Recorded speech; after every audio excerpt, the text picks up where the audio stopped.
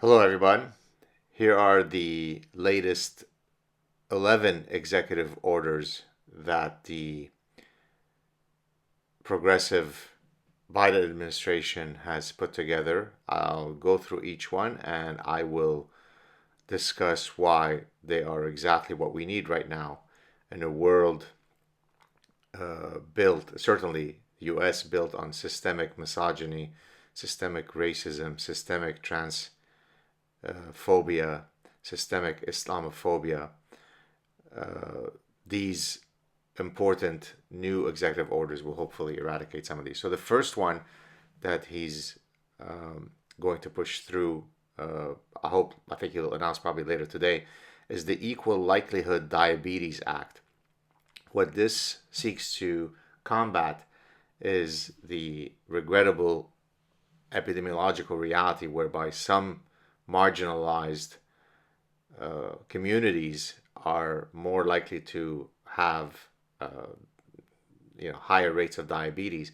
And so, what the Equal Likelihood Diabetes Act is, it will look for communities that have less diabetes and find ways to increase their diabetes rate so that you could create a more epidemiologically equitable distribution of diabetes.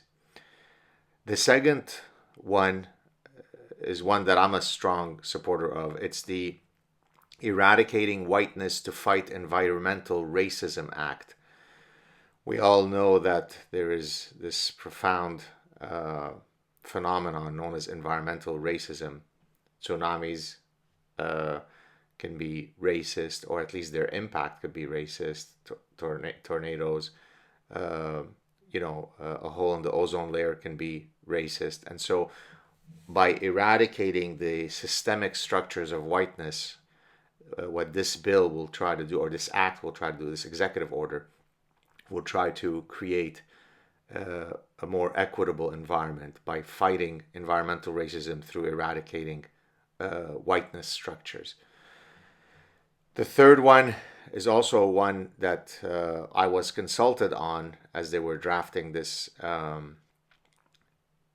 executive order. It's the Decolonizing White Knowledge Act. Some of you may know that several months ago I was way ahead of the curve when I completely decolonized my bookshelf, got rid of things like Origin of Species by Darwin, stuff by Newton, stuff by Francis Bacon, Galileo. All those guys are built on white ways of knowing. And what this bill will do is it will create a pedagogy that will teach our children the wide panoply of pedagogic approaches that you can use and epistemological approaches to study the world. And so Decolonizing White Knowledge Act is going to help in that pursuit. Then number 4 is a good one. It's one that's very much related to when I appeared with fellow neo-Nazi Jordan Peterson, when we appeared in front of the Canadian Senate to discuss Bill C-16. This is called the Menstruation, Equity, and Progressive Biology Act. This is an act that will make it official federal law to no longer teach biology in a way that says that, one sex menstruates. I know as an evolutionary psychologist that that's just simply wrong. People menstruate. And so what the Menstruation, Equity, and Progressive Biology Act does is it enshrines that new and better understanding of science into law. Number 5 is one that I feel strongly about. It's the Equity in the Penal System Act. If you look at the data, not all races, ethnicities, and other markers are equally represented in the penal system, and that there is no other possible explanation other than it being systemic racism and systemic bigotry that causes those differences. So what the Equity in the Penal System Act will do is it will build a new progressive justice system whereby you will convict people so that you can adhere to certain progressive markers of demographic realities in the penal system. So, for example, let's suppose that we find out that Vietnamese Americans are simply not being incarcerated at a rate that should capture equity and social justice in the penal system, then what we'll try to do is convict more Vietnamese Americans for justice. Number 6 is another one that I feel strongly about because you'll see in a second I'm Lebanese, and I think this is important. It's something that I strongly believe in. This is the Justice for Transgender Lebanese Air Force Pilots Act. What this basically says is if you look at U.S. Air Force pilots, I don't think I'm aware of one that is a transgender Lebanese Air Force pilot. And so that to me, I would agree with this particular executive order because the only possible reason why that would be is probably because there's bigotry against Lebanese people, and then double that, there's bigotry against transgender Lebanese people. And so what this act will do is it will enshrine into the military recruitment efforts. It will turn it into law that you have to be recruiting within this underrepresented, marginalized minority. Number 7 is one that I feel strongly about because I wrote a paper in a medical journal many years ago looking at global distribution ratios of male to female suicides, and men are much more likely to commit suicide. So what the Equity in Suicide Rates Act will do is it will create greater equity in the number of men and women who commit suicide. Right now it's roughly 3 to 1 men. This is inequitable. And so we need to create an environment where men and women commit suicide at equal rates. So we're looking at different ways to increase female suicide so that we can create a more equitable distribution of suicide rates. Number 8 is it's very specific. So at first you're going to think it's too specific, but it really demonstrates how we need to create a whole administration based on equity. This is the Racial Equity for Number Theorists Studying Mersenne Primes Act. Mersenne primes are a particular type of prime number, and number theorists are the mathematicians who study such issues. And so what this will do is it will create racial equity in the number of number theorists studying Mersenne primes. So for example, if we find today that there is one race across math departments in American universities that are much more likely to be represented, then we will create new federal programs to try to recruit people from other races to specifically study number theory and more specifically Mersenne primes.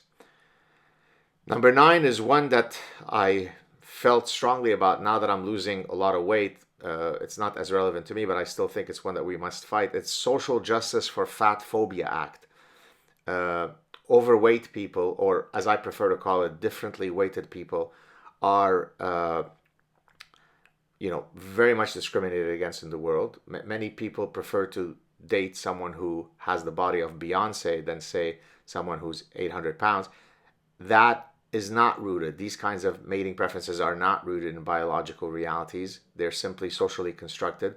So what the Social Justice for Fat Phobia Act will do is it will enforce a new set of standards of mating preferences where people will not be discriminated against based on how many fat folds they have on their bodies. So for example, when I often share photos of me in 1985, when I had the body of a Greek super god at 4.3% body fat with an 8-pack, and more recently when I was a human reincarnation of a walrus, it would be federally illegal for someone to argue that I looked better in the 1985 version, because that is creating it's a fat phobia attack on me, and that would become illegal. Number 10 is one, many of these, by the way, or these general principles I discuss in the Parasitic Mind. So in a sense, many of Joe Biden's latest executive orders are very much rooted in stuff that I discuss in the Parasitic Mind. So thank you, President Biden, for reading my book and thinking about it seriously. This is number 10. There's only 2 more left. Combating Cis Sexism for Reproductive Justice Act. As many of you know, and I discussed this in the Parasitic Mind, cis sexism is where someone, let's say a cis normative person or a heterosexual, will when they're a male, let's say, he's looking for a female partner to as a wife, if he only looks at women who have female genitalia, that would be a form of cis sexism, because there are also women who have 9-inch penises who are, perfectly equivalent women. And so what that does is it will no longer allow people to exercise their reproductive mating preferences, but rather all people will have to recognize that, men and women come in with many different genitalia. This is called genitalia fluidity.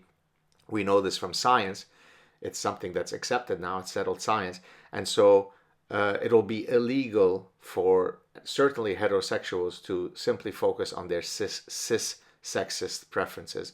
And then finally, number 11, one that's very much related to number 3. Remember, number 3 was the Decolonizing White Knowledge Act. This is the number 11 is the Multiple Ways of Knowing, Defeating the Scientific Method for Social Justice Act. As many of you know, and I strongly support, there are many ways of knowing, right? There's the Lebanese Jewish way of knowing. There's the indigenous way of knowing. There's the Yanomamo tribe way of knowing. So the scientific method should not be placed in a privileged position. Oh yeah, white science is again, imposing its epistemological weight around the discussion table. So what the Multiple Ways of Knowing, Defeating the Scientific Method for Social Justice Act does is it enshrines in federal law the illegality of relying on reason, logic, common sense, and science in developing public policy. That's simply an antiquated white supremacist way of knowing, and we must be more inclusive in our epistemological lunacy. Take care, everybody.